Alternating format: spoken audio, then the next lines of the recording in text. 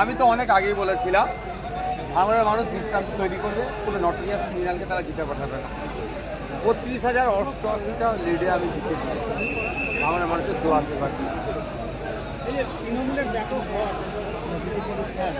দেখুন, ব্যাপারটা হচ্ছে তৃণমূলের কেন পরাজয় হয়েছে, সামান্য একটা স্কুলে তথা মাদ্রাসার ম্যানেজিং কমিটি নির্বাচনে এরা কি করে, প্রার্থী দাঁড়াতে দেয়নি বা সেখানে ছাপ্পা মারে। এদের পায়ের নিচে মাটি কতটা আছে শক্ত সেটা তারা চেক করেনি। মানুষ সুযোগ পেয়েছে এবং সরকারকে বদলে দিয়েছে। তবে হ্যাঁ, আমাদের সংযুক্ত আমাদের যে আইএসএফ বামেদের মধ্যে প্রার্থীর সংখ্যা বেরোলে বেশি হলে ভালো লাগবে।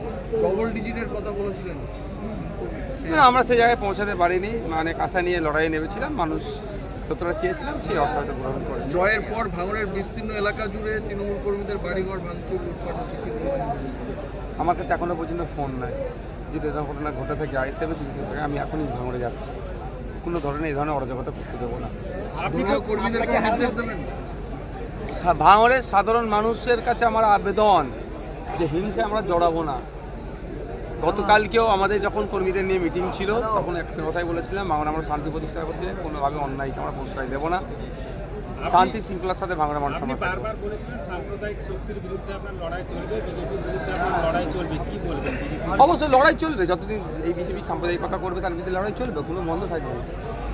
আপনার জয় কি মনে হচ্ছে? সরকার মোল্লাকে যেভাবে দায়িত্ব দেওয়া হয়েছিল, দেখুন, সরকার সাহেব ভাঙড়ে এসে ভাঙড়ের মানুষকে খুন করেছে, এর থেকে বেশি কিছু করেনি। এই ভাঙড়ের মানুষ জবাব দিয়েছে। মমতা বন্দ্যোপাধ্যায়, অভিষেক বন্দ্যোপাধ্যায় কি বলবেন?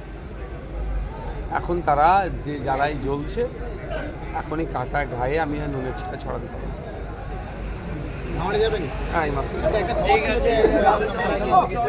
হ্যাঁ, আমি সেখানেও যাবো।